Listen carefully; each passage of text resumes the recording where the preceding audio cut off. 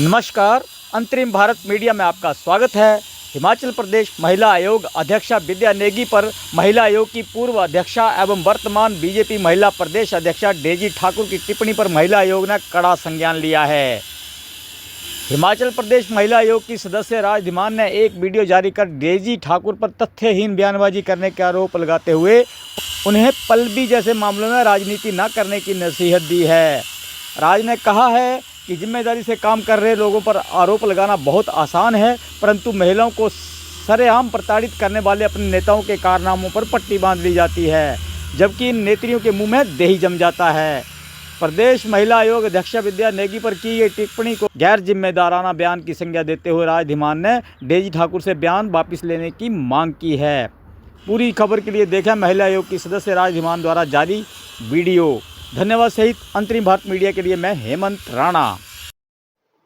नमस्कार साथियों, मैं डॉक्टर राज धीमान, महिला women commission member Himachal Pradesh, आज आपके सामने रूबरू हो रही हूँ।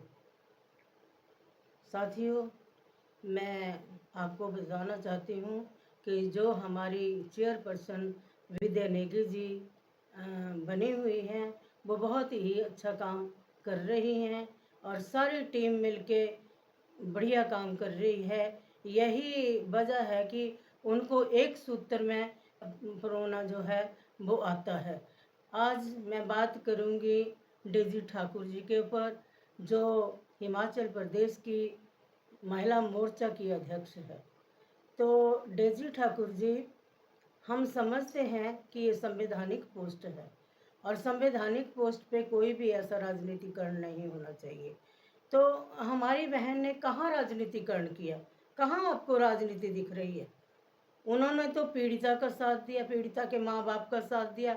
वो पल्लवी जी के घर गई और अब तमाम जो भी हमारी और मेंबर थे सारे महिला आयोग के, वो सारे उनके साथ गए और आज भी हम उनके साथ कंधे से कंधा मिलाकर जो हैं खड़े हैं। उनका दर्द नहीं है। मैं समझती हूँ कि जिसकी बेटी चली जाए या बेटा चला जाए जवान, वो माँ बाप जिंदा जलते हैं और जिंदा रहते हुए भी एक बुत के समान अपनी जो है वो जिंदगी व्यतीत करते हैं, क्योंकि पता नहीं कितने नाजों से पाला होता है। तो डेजी ठाकुर जी, जैसे दर्द आपको है वैसे दर्द हमें है, और हमें ही नहीं, जितनी भी हमारी तमाम हिमाचल प्रदेश और पूरे देश को लेकर जहाँ जहाँ तक भी ये खबर गई, अत्यंत दुख सबने मनाया है। तो मैं आपको कहना चाहूँगी कि ये सब जो है, जो आपने बोले, इनका मैं खंडन करती हूँ, क्योंकि सरासर गलत है। और डेजी जी, आपने कांग्रेस के ऊपर भी रोप प्रत्यारोप लगाए। आपने हमारे आदरणीय, माननीय, सम्माननीय हिमाचल प्रदेश के मुख्यमंत्री ठाकुर सुखविंदर सिंह सुक्खू को भी बोला कि भाई उन्होंने भी पीड़िता के परिवार की जो है वो सुध नहीं ली। जबकि सच्चाई ये है कि जब उन्हें पता चला तो उन्होंने पीड़िता के माँ बाप से भी फ़ोन पे बात की और उनको भी हर संभव मदद देने के लिए उन्होंने कहा। और जब उन्होंने सुना कि पल्लवी खुद कह रही है कि कॉलेज का प्रोफेसर जो है वो मेरे से उसने छेड़छाड़ की, तो उसी समय उन्होंने बोला कि तत्काल प्रभाव से जो है इसको निरस्त कर देना चाहिए ऐसे प्रोफेसर को, और उन्होंने वो किया। और मैं ये आपको बताना चाहती हूँ कि एक पल्लवी बेटी का ही दर्द उनका दर्द नहीं है या हमारा दर्द नहीं है। जब डिजास्टर हुआ, तमाम बच्चे मर गए, तमाम महिलाएं, तमाम गांव, हमारे जो विलेज थे वो तबाह हो गए, तब उन्होंने परवाह न करते हुए हमारे जयराम ठाकुर से पहले वो वहाँ पे पहुँचे और उन परिवारों को जो है जिनका कोई नहीं था, उनके ठाकुर सुखविंदर सिंह सुक्खू, माननीय मुख्यमंत्री हिमाचल प्रदेश से। आज आप नीतिका को ले लो। नीतिका एक छोटी बच्ची थी, उनको जब पता चला कि ए परिवार का एक इकलौता चिराग बचा हुआ है, तो उसी समय उन्होंने निर्णय लिया कि इस बेटी को मैं गोद लूँगा। तो ऐसे ऐसे निर्णय हमारे मुख्यमंत्री जी लेते हैं, तो आपको ऐसी बातें करना शोभा नहीं देती हैं। राजनीति का सफ़र बड़ा भारी लंबा होता है और 40 सालों की तपस्या करके मुख्यमंत्री हमारे बने हैं।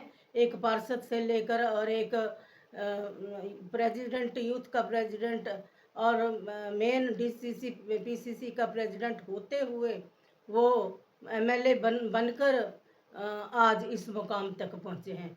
और रही महिला आयोग के सदस्यों की बात, तो वो पूरे परिपक्व हैं और कभी भी वो ऐसा स्टेप नहीं उठाते हैं। अगर ऐसी ही वजह होती तो वो क्यों पल्लवी का हाल पूछने जाते और क्यों विद टीम जाते। पर आज मैं आपसे पूछना चाहती हूँ डेजी ठाकुर जी, कि जब सोलन में इतना बड़ा कांड, इतना घिनौनी हरकत बेटी से की गई, तब आप कहाँ सोई थी? तब आपका तमाम महिला मोर्चा कहाँ था? जब वो चंबा में रेप हुआ तब आप लोग कहाँ थे? हिमाचल की अनेक बेटियों के साथ ऐसा अन्याय हुआ तब कहाँ थे?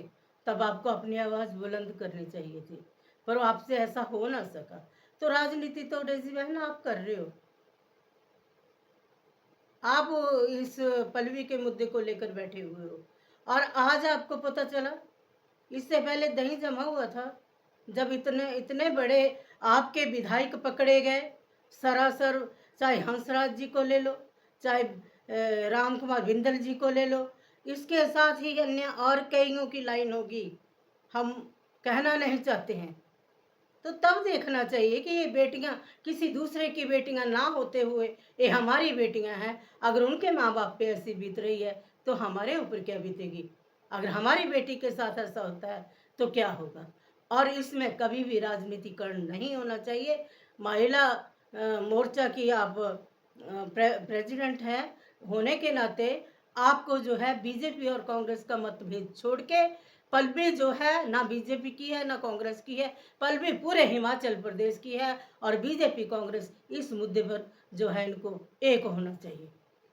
आज मैं आपको कहना चाहती हूँ अपनी अध्यक्षा के ऊपर, माननीय विद्या नेगी जी के ऊपर, कि विद्या जी ने कई कोर्ट लगाए, कई कैंप लगाए, अभी हाल ही में वो बने हुए हैं, थोड़ा टाइम उनको हो गया।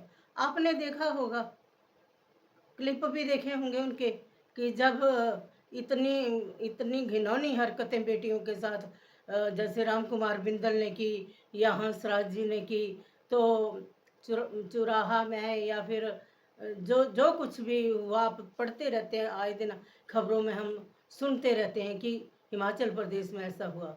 हिमाचल प्रदेश बड़ा ही साफ सुथरा प्रदेश था और यहाँ कभी ऐसा नहीं होता था।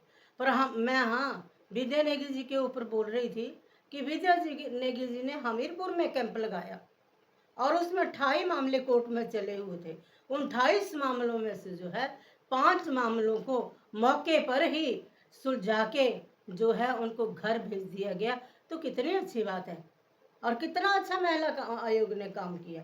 आज आप भले ना महिला आयोग की सराहना करें, आने वाले टाइम में आप खुद बोलेंगे कि महिला कांग्रेस क्या कर रही है। और जितने भी मेंबर हैं वो पूरे परिपक्व मेंबर हैं और पूरी निष्ठा और लगन के साथ जो है वो अपनी ड्यूटी निभा रहे हैं। और जिस भी कोने से हमें ये आवाज़ आती हूँ, खास करके मैं डॉक्टर आज़िमान आपको या बाकी तमाम अपने समाज की महिलाओं को बता देना चाहती हूँ कि आपके साथ अगर कोई भी घिनौनी हरकत होगी तो आपकी लड़ाई जो है वो हर मंच से लड़ी जाएगी, क्योंकि आपकी लड़ाई वो आपकी लड़ाई नहीं है।